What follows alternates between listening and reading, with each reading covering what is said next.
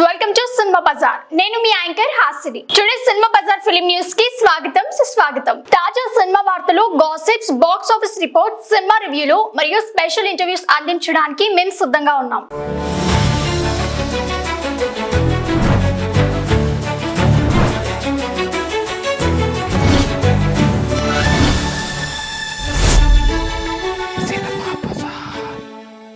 కల్కి 2 పై latest solid update.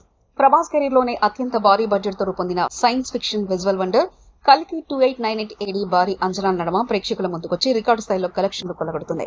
Nag Ashwin direction లో రూపొందిన ఈ సినిమా మొదటి భాగం విజయవంతం కావడంతో ఇప్పుడు అందరి దృష్టి కల్కి పార్ట్ 2 మీదే ఉంది. ఇప్పటికే సినిమాపై చాలా రూమర్స్ చక్కర్లు కొడుతుండగా తాజా చిత్ర నిర్మాతలు స్వప్న దత్, ప్రియాంక దత్లు ఫైనల్ గా వారి ప్రకారం కల్కి 2 షూటింగ్ ఇప్పటికే 30% పూర్తయింది. అదే కాకుండా ప్రీ ప్రొడక్షన్ పనులు కూడా ఫుల్ స్పీడ్ తో జరుగుతున్నాయని చెప్పారు.